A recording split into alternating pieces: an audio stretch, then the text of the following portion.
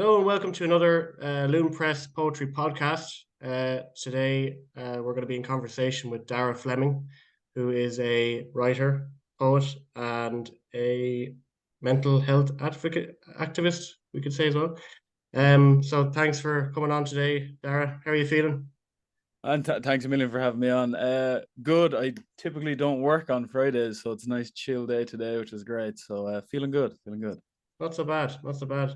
That was actually going to be one of my questions because you seem very busy all the time, and I was thinking, where does this man fit in his time to write? But obviously, if Mm. your Friday's off, that could probably be a good time. Yeah, like today, today would typically be a good writing day, but like it kind of because all the work I do with like the charity and the public speaking, like it's all kind of fluid and there's different parts of the day that are busy and then it's quiet. So you can kind of fit in times to write in around the schedule. So it is kind of just accepting the chaos of like the unpredictability of when the time will come. But like evening time is always a solid time.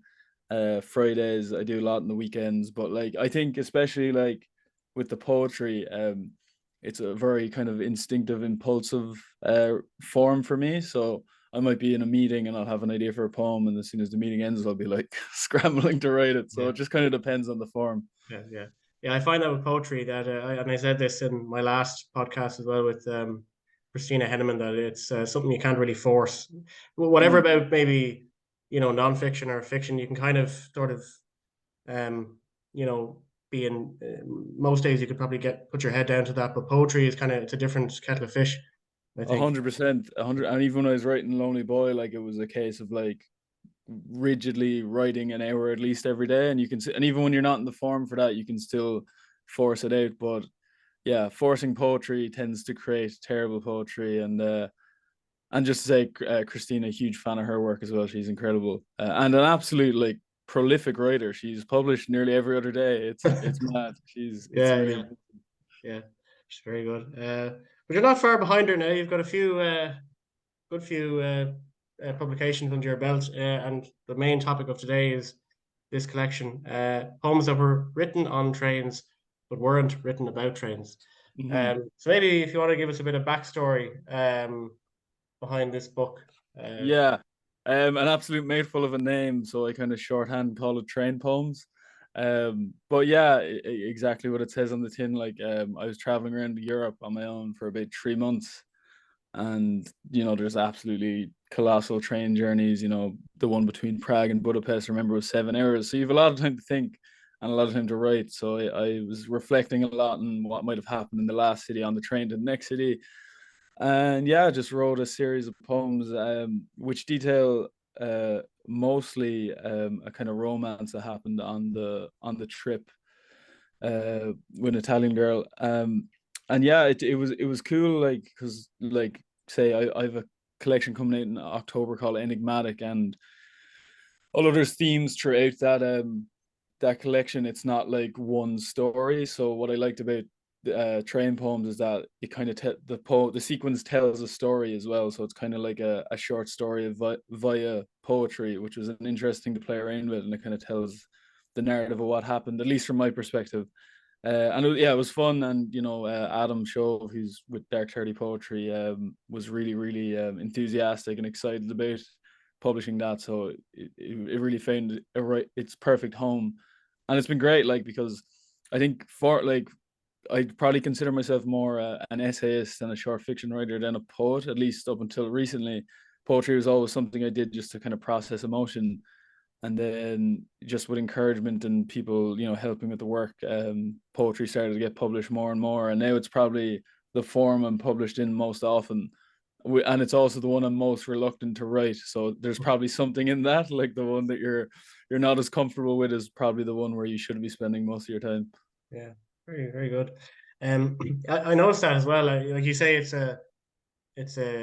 all the poems come together as a story themselves, and I found that like in each poem there's like an insight, Mm-hmm. and when you get to the end, I think there's 19 poems in total. When you get to the end, you have a, a very clear sort of overarching picture of where you were at that time in your life. Mm-hmm. It's very focused, but it's very very kind of finely tuned. That's Mhm. what I kind of picked up from it. So, I um, appreciate that.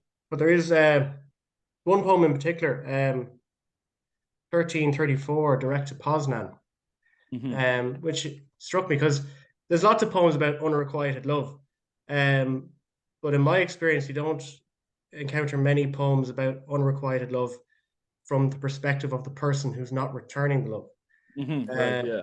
and that was so I respect the poem in that way because of its honesty, Mhm. and that can be kind of I suppose that's a challenge for maybe some poets. So how did you find it easy to tap into those kind of, I don't know how to say, maybe I don't want to say darker aspects of ourselves, but Mhm. you know what I'm getting at, the kind Yeah, of. I totally understand what you're saying, and it's kind of like the parts of ourselves that we're not super proud of. Yeah, Um, that's it. Yeah, yeah. 100, and like that's been become a big part of my writing. With this collection, with Enigmatic, Lonely Boy. I remember Rob Doyle, who's like one of my favorite writers, said in an interview before that there's no point in writing if it's not honest, and he means that from the point of like honest, even when it paints you as the villain or paints you as the bad character in the story, because we all are at certain points in our lives the villain. Like we're not always, we like to think of ourselves as the good guy all the time, but sometimes we behave badly, we make bad decisions, we hurt people. And I think in order to get a full understanding of a person like entirely, you have to include the good and the bad. And so I do keep that at top of mind when I'm writing that, like, especially like a series like this, or an essay or anything. It's like if I'm going to delve into good parts of me, I also have to highlight that some parts of me aren't great. Uh, and so that's kind of the reason for that poem, because like I think it's easier to be sympathetic with the person who is unrequited love, who's like the person who's loving and isn't receiving it back. It's very easy to be sympathetic with that person, but it's also challenging, and it's hurtful in a different way to be receiving love and not reciprocating it, not like feeling, because there's always the like I would like, it would be easier for me if I did reciprocate the love and there was no conflict, but sometimes, like in a lot of cases, that isn't the case. Hence the term unrequited love is very common. That means half the couple isn't sharing the feeling. And I did want to like address that, because there are certain things in the human experience that we're uncomfortable with addressing. That's certainly one of them. Um, and I just thought it was important to put in there, because otherwise you just don't get the full story. It becomes more of a an edited and almost like PG version of the reality of what happened. Yeah. I suppose maybe true love is like good poetry. Maybe it can't be forced as well, Mhm. like you're Yeah, saying. yeah, But absolutely. yeah, I think one of my favorite lines in the collection is I died inside a pint glass. Yeah, Uh, yeah. it's a kind of a cool image. It reminds me of the homunculus. I don't know if you're familiar with that. I think they were like Mhm. these little men that were uh, raised by scientists in jars, that kind of Yeah. thing. Um, but yeah, so yeah, just talking about parts of ourselves that we're not necessarily proud of, and that we sometimes as poets, in order to get the true feeling out of it, we have to look into that aspect of ourselves. Um, and one thing actually, and I suppose it's not actually technically related to your poetry collection, but I noticed it was on your page. I think you have it pinned to the top of your page. You talk about jealousy, uh, Mhm. and that it was only a short clip. It was only a snippet from an interview, I think, but really resonated with me because I found that when like I've wanted to be like I've loved writing my entire life. From growing up from a young age, I was like, oh my god, the dream to be published would be amazing. And Mhm. I always used to get envious of people, maybe maybe around the same age as me, maybe a bit older, that were getting published, and I'd be like, oh, like, and like you said, they're winning, so I must be losing. Mhm. That really kind of, and that's what kind of drew me to your page a bit, and kind of exploring all this kind of stuff. I don't know if you have anything to elaborate on that, or maybe you have already Yeah, said. it's something I think about a lot, because it used to affect me more. For the most part, it doesn't affect me now, but there's still days and weeks where it does affect me. It kind of depends where we are mentally, but it is a famine mentality. Like it is, there's, because someone else is getting the thing, that means there's less room for me to get the thing, which isn't true, but it feels true. Um, And I remember like when I was younger, like like looking back, it's actually mad. Like people I didn't know who were being published or achieving things I hadn't applied for. So it wasn't like I was even in the race to get it. I'd find myself resenting them, and I Mm, was like, and I had to like, and it was going on for like a while, and I had to, then I kind of found that I was in this cycle of resentment a lot, and it didn't feel good. And I was like, what is going on? Like, I mean, I don't know these people. I haven't applied for the thing, so there's absolutely no reason for me to feel negatively, but I am feeling negatively. And it was absolute chaos, and I was trying to figure out what it was. And as I said in that video, like what changes, like once you make a personal connection with someone, the resentment and bitter feelings go away, because now there's someone you know, and now you can actually be happy for someone you know. And I think that was the difference for me, is like once I got to know the person, it no longer became competitive. It's now I am happy for someone I am acquainted with or friends with. So now, like since then, which was probably like 2 or 3 years ago, I do make that effort. Like if that bubble of jealousy kind of comes up, then it just earmarks in my head, I need to make a personal connection with this person so I don't feel this way yeah. about them, because like they like obviously don't deserve that from me. They absolutely deserve all the publications, all the accolades. So like I just need to change it. And the way to change it for me is to actually just make a personal connection. So you end up meeting more people as a Mm, result of and it's yeah, it's using that negative emotion to make something positive happen, mm, which has been life changing, really. yeah. No, it is a great outlook, and it is a great thing.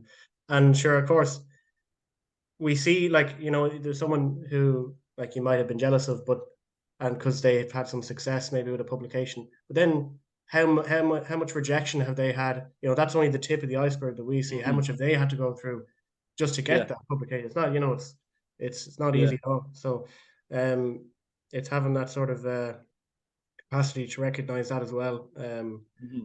as well. So yeah, no, I Yeah, because just it is a case of like we obviously know what we've gone through. So like it's kind of like 90% rejection every now and then to get accepted, and we know that for ourselves. But I think it's very easy to gloss over the fact that that's true for every other writer as well. So the person who's gotten into the stinging fly or got the award also went through all the rejection, also did all the hard work and achieved it. It's not like they were just given the thing, they earned it. So it's mm, like, but it's easy to gloss over that when you're in that kind of mindset of like jealousy and I deserve this and they don't deserve it and all that negative stuff. It's easy to gloss over the fact that they've also had a difficult road. mm. No, I absolutely agree. And just to build on that as well, like, I've been sending off publications for years, but I remember, like, maybe when I was about 17, which was nearly 10 years ago now. But I remember, like, I'd send something off, I'd get rejected, I'd take it personally, and then I'd actually be really angry and resentful of, and I'd be like, oh, sure, they don't know what they're talking about, that kind of thing. But Mm-hmm. it's only as you sort of hone your skill, you improve, and then you actually look back on your former self and your former writing, you're like, well, actually, no, it wasn't that good. Uh, Yeah, it, yeah. it was shit, to be honest. And, like, I'm thankful that they said no, because I would have had put stuff out there that I'm not wholly happy with now. Did you ever feel that way, or uh, Yeah, and I think now, like, I think I'm kind of grateful that the first thing I submitted didn't get accepted on the first go around, because that would make you kind of almost conceited or like think you are immediately very, very good. I mm, think the rejection uh is part. It's one, it's part of the process. Like everyone gets rejected, but two, it humbles you in that you don't think everything you've ever written is absolute gold. Like because it's not. Like most of the stuff we all write is terrible, and then we have one or two pieces that are decent.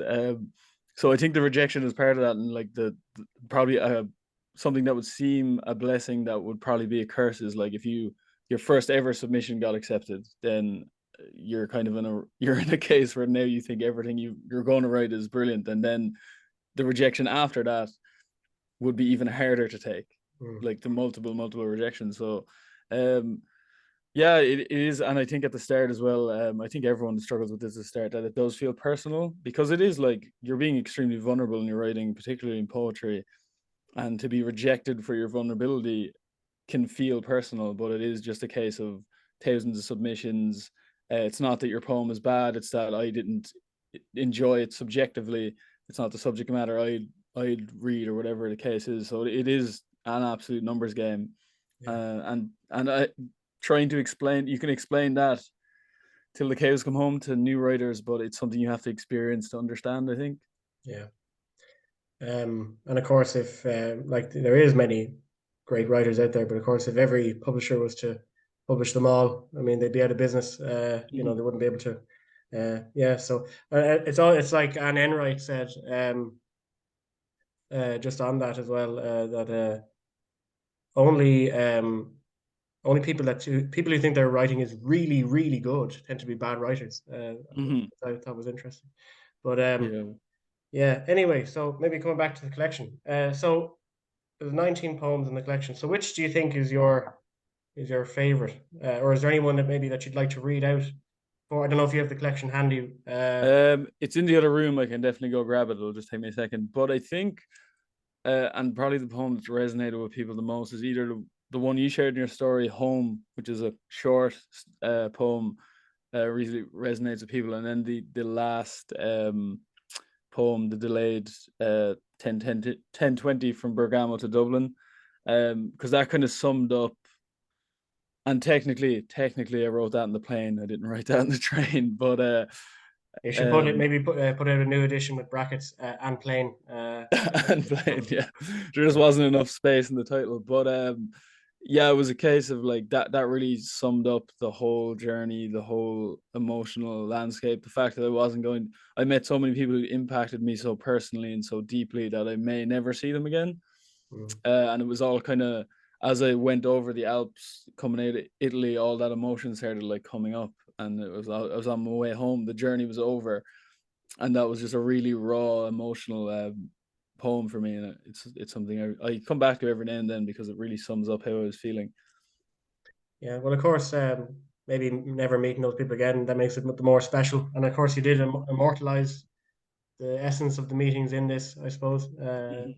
Right. Exactly. So the poem that you're going to be reading now is The delayed 1020 from Bergamo to Dublin, which I always like the fact that it's kind of the mirrored poem to it is home. So it's the idea of leaving home, coming home, and then the poem about actually coming home. It was a nice kind of, and that was absolutely Adam's choice to, because home was initially the last poem, and he thought it worked more effectively as the second last poem. So he absolutely helped me kind of make this the best version that it could be. But anyway, the delayed 1020 from Bergamo to Dublin. I'd never seen the Alps before, and I've never met so many people who I'll miss so dearly and likely never see again. Stretched out across the map of the world and of my life like great interlinking river networks, all flowing pure and imperfect and magic, complicated yet simple. Heartbreak doesn't require time. Heartbreak requires only feeling. Feelings deep as bottomless wells, feelings I could never feel before, and they rush through me like the roaring rapids of those rivers. And I render myself glad to find tears because it means I'm alive. I'm alive and well and heartbroken, and I've seen the Alps now the same way a God must see them. Love has never needed time to grow. Love only needs you to give everything without fear. well done, very nice. Thank you. That's interesting now, because I'm interpreting this in a new way, because was written on a plane. Uh, Mhm, but you're saying that, and I've seen the Alps now the same way a God must see them, obviously looking mhm. down. Yeah, Well, yeah, I thought exactly. this was written on a train, so I was thinking, oh, he'd be looking up at the Alps, but then maybe I don't know, it was just a different idea of anyway. Yeah, Yeah, yeah. that's very nice. Yeah, and poem is the other one there. It's only a small one, but yeah, I put Mhm, that up on my story because I have a friend actually who's uh and he was kind of doing the same thing as yourself had done. He'd gone well, he went to South America and now he's in Australia and amazing. he was kind of having a tough time here and he needed to kind of get away and I think it'll be good for him. But I put that up because I was texting him the other day and he said he's starting to appreciate Ireland from Mhm, where he is now, and it's almost like leave home to find it. You have to leave to yeah. kind of come back, kind of thing. So, I noticed that he had seen it on the on the story, but he didn't really interact with it. Maybe he glanced over it. I don't know, but Mhm. so yeah, that's why I put that up. Yeah, it is something like I think it's the idea of like you need distance to find that perspective, and I talk a lot about solitude and how solitude allows you to become grateful for things in your life, and I think like say for me like I've lived in Ireland most of my life, so I'm with Ireland all the time, and when you're with a place or a person all the time, you take them for granted. So if you see someone every day, you take them for granted. It's only when you see them and then you spend a lot of time away from them that you're like, oh, I actually miss that person or I miss that. And I mm, think it's that idea of like spending time away from the place you consider home allows you to appreciate it for what it is. Because if you're always here, it just becomes something you take for granted. that's true. Yeah. Yeah, and that's why I say it's valuable, these insights from it, because from the book, because then I think once you have them, like if you ever do feel like that way again, that you're taking home for granted, then you can remember, oh, I remember when I was out in Europe and I missed home and that kind of thing. It can bring you back. So that's Yeah, and why. I was actually only talking with a friend about this earlier. One of my favorite parts of traveling, if you're away for weeks, months, whatever, is that feeling of being excited to come home and excited to see everyone and excited to be back in a place that's completely familiar. Like that feeling, there's nothing like that feeling. It's fantastic. So a big part of leaving is knowing that you get to come back, I guess. Yeah, yeah. No, I agree. Yeah, absolutely. I think my favorite poem in the collection is, and I don't know why, because I don't fully understand it, but it's just the way it sounds. The Train to Berlin, November 5th. Um, I just think it reads very poetically. Like, if you don't mind, I'll read it here. I wrote to October for patience, that I might lullaby a sense of self from weeks full of decades. The voice of autumn is quiet, but full of ignored importance. Do you feel the dreaded longing for the ocean at night?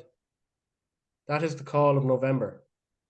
It whispers through the rain and tells deadly lies.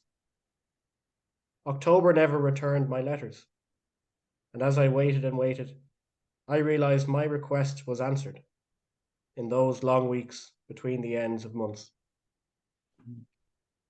Yeah, that's one of those poems. I don't know if you've ever had this feeling where reading it back now, I'm like, I didn't like. There's no way I could have written this. Like, it is a special one, but I remember writing it, and it was on reflection of I was meant to go traveling in April of 2020 to South America actually, and obviously that didn't happen because of the pandemic. And then, but that itch to leave was still very strong for the next year and a half. And then I decided I was going to do this trip at the end of 2021, and this piece, which I wrote on November 5th, was actually reflecting on how I was feeling the May, June beforehand. And I knew I was leaving in October.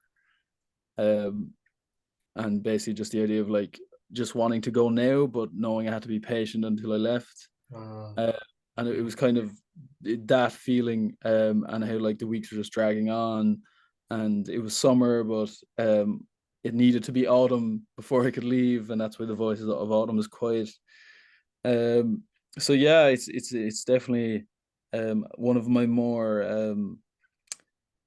uh, I suppose, to use the word enigmatic or like encrypted poems. Usually my poems are quite straightforward and you know the meaning, but this one a little bit more cryptic, and that's probably just how I was feeling on November 5th, a little bit yeah. cryptic. Perfect. Yeah. No, it makes sense now. Yeah, because I was like, why would he write to October? What does that mean? But then now, when you put it in the context of the pandemic, yeah, no, it makes sense. Mm. Very good. Yeah. No, it is a lovely, lovely collection.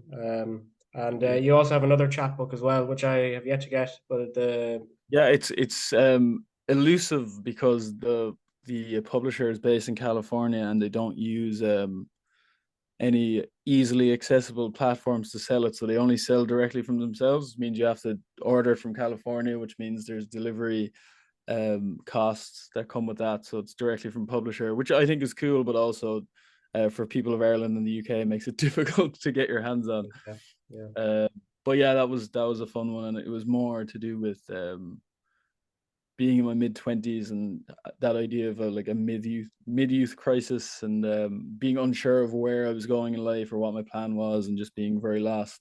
So those poems are kind of more grounded in that existential, which kind of bleeds into all my work, really, the existential part of it. But that chapbook is far more existential than this one. Yeah. And you say you have a new poetry collection on the way. Yeah, so Enigmatic is the first full collection coming out with a Sunday morning at the river.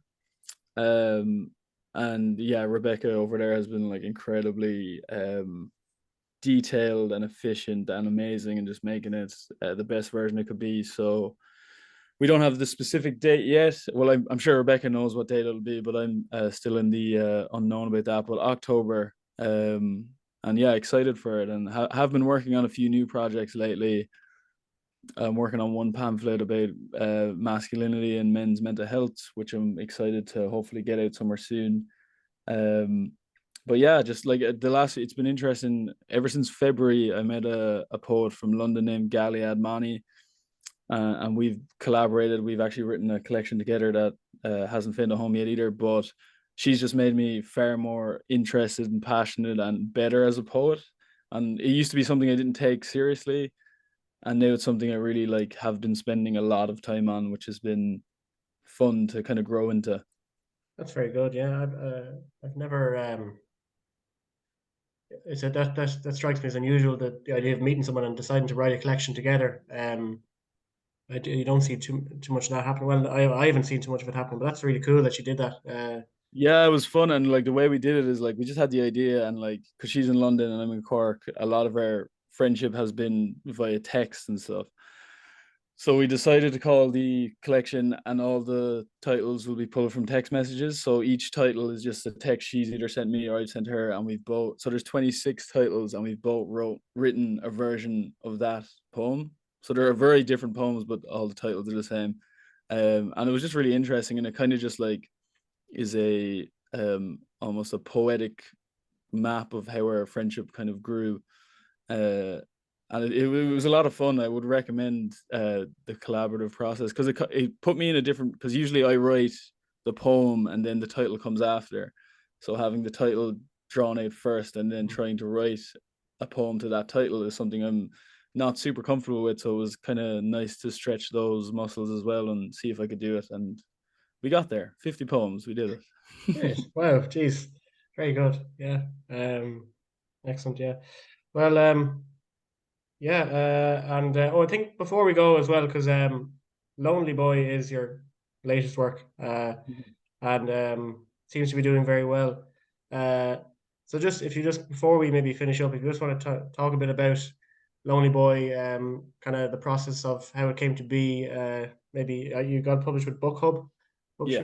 Publishing, approaching them, and then maybe like how it's been doing and stuff so far, and recept, because you seem to be uh, talking a lot about it in various different bookshops, and going around, and it's great to Yeah. see. Yeah. It's been good, and like I remember when I was writing it, because it's such a personal work, like it's nonfiction about my own journey with mental health. That it was the thing I've been most passionate about in all of my career. So I was very eager, but that also leaves you vulnerable to like if there's critiques, if there's negative. But like I was still very much on board, because I've been doing the blog for 8 years, so I'm used to putting my vulnerability out there for people. So it started kind of as a journal. Like I didn't really intend it to be a book initially. It was just journaling to try and figure out, in particular, like the reason I couldn't hold in a long-term romantic relationship. And that was due to like a very long stint of depression that was followed by emotional numbness, and that was causing me not to be able to reciprocate emotion. So then when I started writing about that, other issues started coming up. So I started delving into those, and all of a sudden I had this big manuscript that was absolute chaos, but it had certain themes throughout. So then it was restructuring it, and then it became a collection of essays. And then I was querying it on and off, kind of mid 2021, to limited success, a few full requests. And then I went traveling, kind of forgot about it. And when I came back, I got a phone call off Niall from Book Hub Publishing, and he was like, "Yeah, we want to do this book." And that's kind of where it started at the end of 2021. And then it was published at the end of 2022. And it's been, yeah, as you said, like it's been definitely my most successful project to date. It's been reprinted twice. And yeah, like a lot of, because it coincided with the work I do in mental health, and it kind of like amalgamated that with writing, that a lot of people want talks on mental health and writing at the same time. So I've been going into different like organizations, bookshops, festivals, universities, just to talk about mental health and the power writing about your mental health can have, and how it can improve the relationship you have with yourself, which really is what Lonely Boy is about. It's about me accepting the good and bad parts of myself, forgiving myself, and actually having a positive relationship with myself. Because I think the real thesis of the book is that for a long time I didn't like myself, and I was learning to actually like the person I was, which I'm happy to say I do now. So that's fantastic. But it took a while. So it was definitely like, even if I do say this a lot, even if it never got published, it was absolutely worthwhile doing, because I learned a lot about myself. Very good, yeah. So you're not a lonely boy anymore. That's the bottom of No, the story. exactly, Very exactly. good, yeah. Daragh, thanks a million for coming on to the podcast. You're our third guest, and yeah, third time's the charm, you know. So, thanks a Oh, million I for coming appreciate on. it. I Absolutely, appreciate it, and I appreciate you supporting the work when you put it up on Instagram the other day. It really did make my day. And then to be asked on, it is an honor, and it's not something I take for granted. So thanks a million. no bother. For everyone else, Darren's work is available in lots of places. So he has the Book of Revelations, and he has If You Are Reading This, Then Drink Water, which are collections of short stories. He's got his chapbook, which you can only buy from that particular publisher, Notes for a Mid-Youth Crisis, Bottle Cap Press, and Lonely Boy as well, which is should be available in lots of bookstores and Mhm. online, and also the talk of the podcast today: poems that were written on trains but weren't written about trains, or train poems, or plain poems, as we have As it we today now. found out. Yeah, so definitely check him Mhm. out, guys. Follow his page, and yeah, absolutely. Tara, thanks a mil. Thank you very much. Thank you. Bye bye.